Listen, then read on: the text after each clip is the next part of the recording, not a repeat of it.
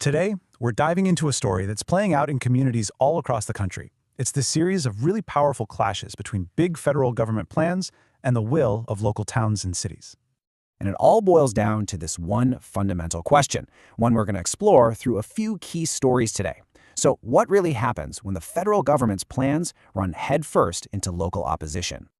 This conflict is popping up just about everywhere. We're seeing it in places like Hutchins, Texas, and in Kansas City, Missouri. And even all the way over in Merrimack, New Hampshire. The key thing here is that these are not isolated incidents.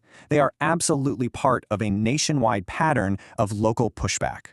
All right, so our first story kicks off in Philadelphia, where a legal battle erupted over a historical truth itself, right at a national historic site.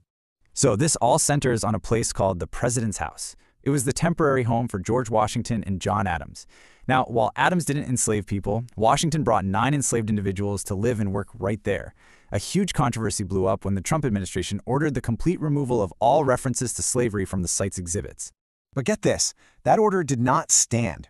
In what was a pretty remarkable turn of events, a federal judge ordered the administration to restore all of those historical references and to do it immediately. and the judge's ruling was, wow. It was incredible. It started with a direct quote from George Orwell's 1984, before flatly stating, "This court is now asked to determine whether the federal government has the power it claims to dissemble and disassemble historic truths. It does not." This judge, who by the way was a George W. Bush appointee, went even further. He compared removing the educational material to pulling pages out of a history book with a razor, arguing that it created a false account of the country's history. Okay, so from a fight over history, let's switch gears and look at a different kind of local resistance. Our next story shows how communities are successfully just saying no and blocking the construction of new ICE detention facilities.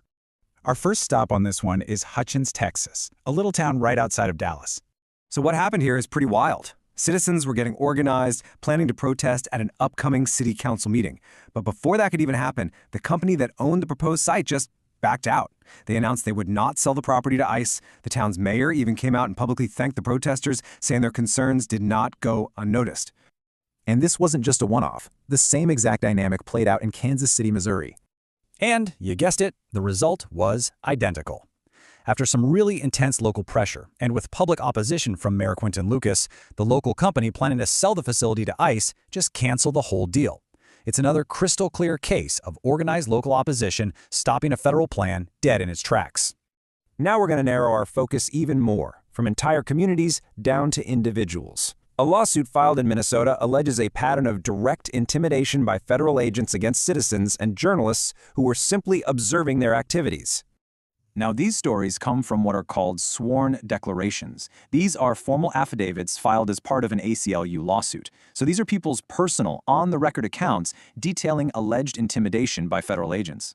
For instance, one of these declarations comes from a biologist. She followed a vehicle she believed belonged to immigration agents. And later, she says that very same vehicle blocked her car in a parking lot, and an agent just screamed at her to stop following them. Then there's the story from another resident, Emily Bells, and her encounter was, well, it's even more chilling. She alleges that an agent's SUV whipped around and sped directly at her car, braking hard just moments before impact. But what happened next is really the core of her declaration. An agent allegedly leaned out of the car, called her by her first name, and said, "Emily, Emily, we're going to take you home." And then the agent stated her home address out loud. So when you hear these individual stories of pushback, it makes you wonder how that aligns with the national mood, right? Let's zoom out and take a look at what the polling data reveals about public opinion on the administration's policies. An NBC News poll gives us a really clear snapshot. When asked about the president's actions on immigration and border security, 60% of the country disapproved, compared to just 40% who approved. And that disapproval goes even further. In that same poll, the president's overall approval rating was 22 points underwater. But what's really striking is that public approval for ICE was even lower, which suggests the agency's actions were a significant drag on the administration's own numbers. So from disputes over history, the towns rejecting new facilities, to individuals alleging direct intimidation, all these stories, they point to a really deep tension. And so we'll leave you with this question. In a nation that's built on both federal power and local governance, where exactly is the line between federal authority and a community's will?